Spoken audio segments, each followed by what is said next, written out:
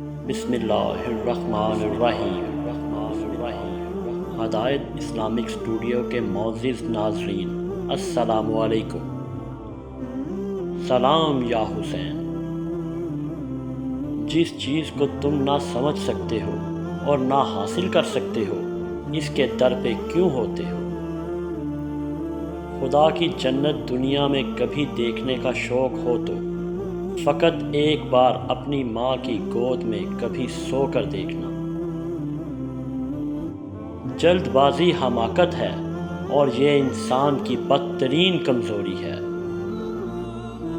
جس کا مددگار خدا کے علاوہ کوئی نہ ہو، خبردار اس پر ظلم نہ کرنا۔ کسی شے کی زیادہ خواہش اور حرص محض بری ہی نہیں، مہلک بھی ہوتی ہے۔ مجھے جنت سے زیادہ نماز عزیز ہے، کیونکہ جنت میری رضا ہے، نماز میرے رب کی رضا ہے۔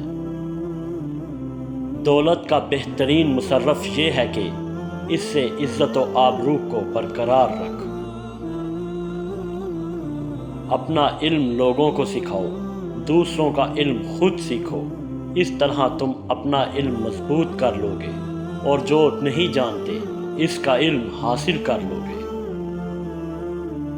بہترین سکون یہ ہے کہ اللہ کی اطاعت پر خوش رہو۔ زمین کے اوپر عاجزی سے رہنا سیکھو، زمین کے نیچے سکون سے رہ پاؤ گے۔ اپنے کام کی صلح کی واجب سے زیادہ امید نہ رکھو۔ اس خدا پر بھروسہ کرو جو نافرمانی کے باوجود تمہارا رزق بند نہیں کرتا۔ حلم اور بردباری انسانی سیرت کو آراستہ کرتی ہے۔ جب جسم موت کے لیے ہی ہے تو اللہ کی راہ میں شہید ہونا سب سے بہتر ہے۔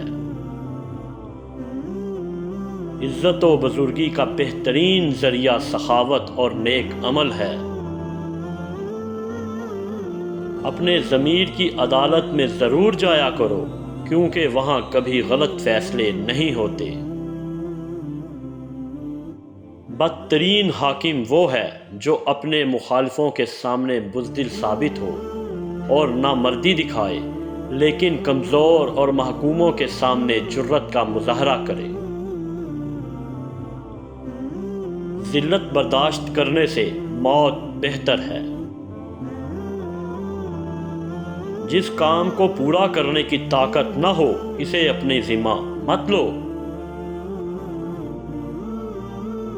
جب تم جان لو کہ تم حق پر ہو تو پھر نہ جان کی پرواہ کرو نہ مال کی۔ زندگی کا کوئی اعتبار نہیں، جس قدر ممکن ہو دوسروں کے کام آؤ۔ جو شخص اللہ تعالیٰ کی بندگی اختیار کرتا ہے، اللہ تعالیٰ ہر چیز کو اس کا غلام بنا دیتا ہے۔ اللہ سے خوف کے ذریعے عزت حاصل کرو۔ میں دیکھتا ہوں کہ مر جانا شہادت ہے اور ظالموں میں زندگی بسر کرنا ناگوار امر ہے۔ سبحان اللہ۔